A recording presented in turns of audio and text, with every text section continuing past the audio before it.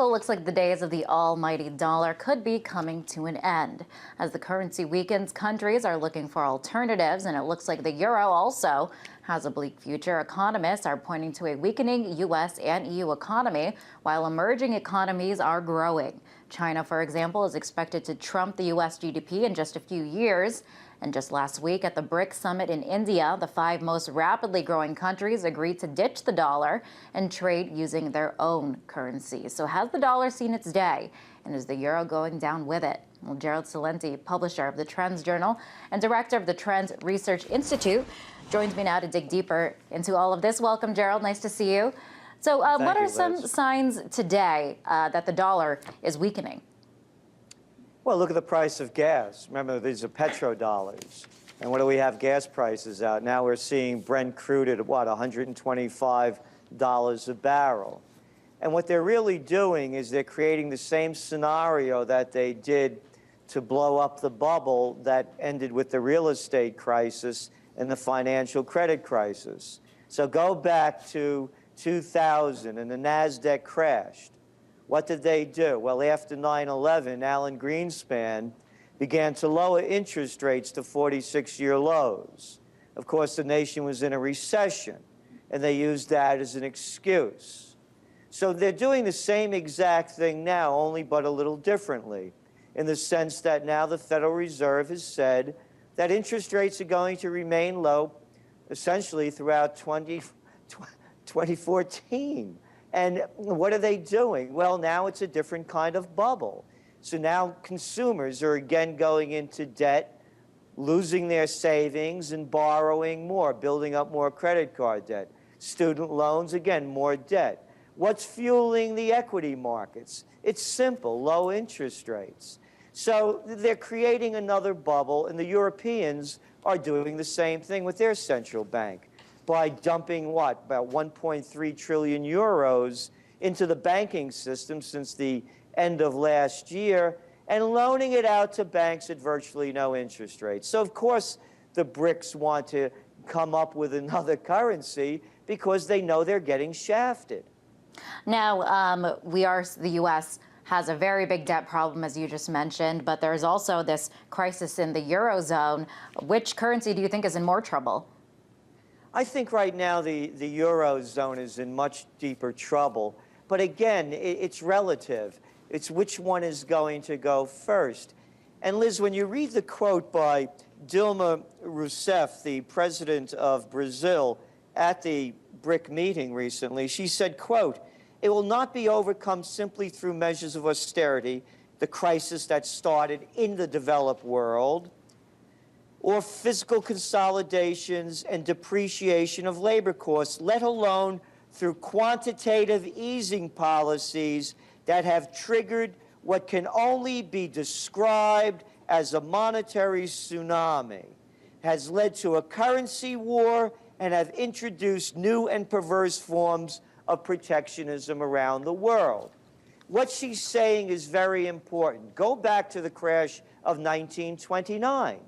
What was it? The crash, a depression, as you have now in a lot of the world, a deep recession, followed by currency wars, followed by trade wars, followed by World War II. The same scenario since the Panic of '08 is playing itself out again. Now, we are seeing the BRICS just last week. They want to take matters into their own hands and say, hey, we don't need to use the dollar. We want to trade in our own currency. But if there is, Gerald, this shift away from the dollar as a world reserve currency, what then would replace it? Well, again, probably a basket of currencies. And oddly enough, Zolnik, the head of the World Bank, who about 2 years ago came out and said that there should be a basket of currencies, of which gold should be part of it, has also come out in favor of the BRIC nations deciding that they want another finance vehicle. He said, quote, "I'm enough of an economist that I'm not a monopolist." So something new is going to be created. And it's very important that the dollar became the reserve currency after World War II with the Bretton Woods Agreement. And at that time, when you go back, The United States was the only game in town. Europe was destroyed. There was no Russia in the business. China, it was behind, the iron curtain that they had, the yellow curtain over there. You had no India.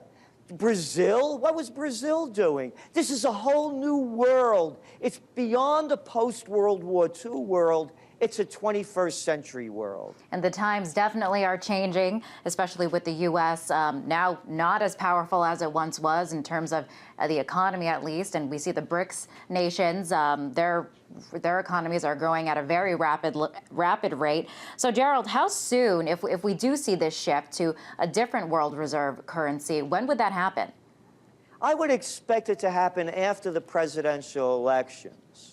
They're going to do everything they can to try to keep this going and to try to soothe any kind of ripples coming from around the world. But, this is much bigger than just a dollar crisis.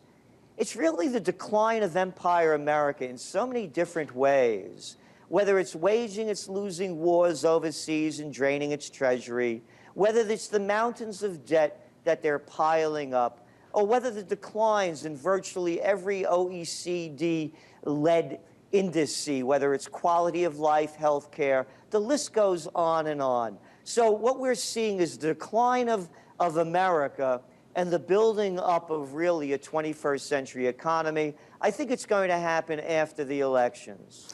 Now, ultimately, what would this mean? Because, economists are talking about what the implications of this could be, but why should the average U.S. citizen care if the dollar is no longer the world reserve currency? What are the implications for everyday Americans? It's the lowest standard of living. It continues to decline, and the price of everything costs more. The United States, of course, like the Eurozone, has the leverage to print its own money. So the more that they print, the cheaper, the less the value.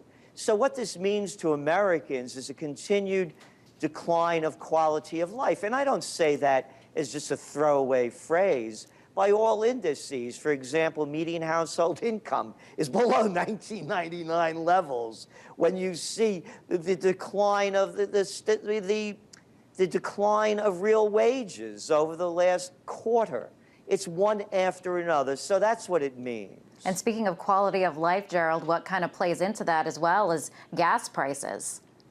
Exactly. That's what I was saying. It's petrodollars. And again, this came about only in the 1970s.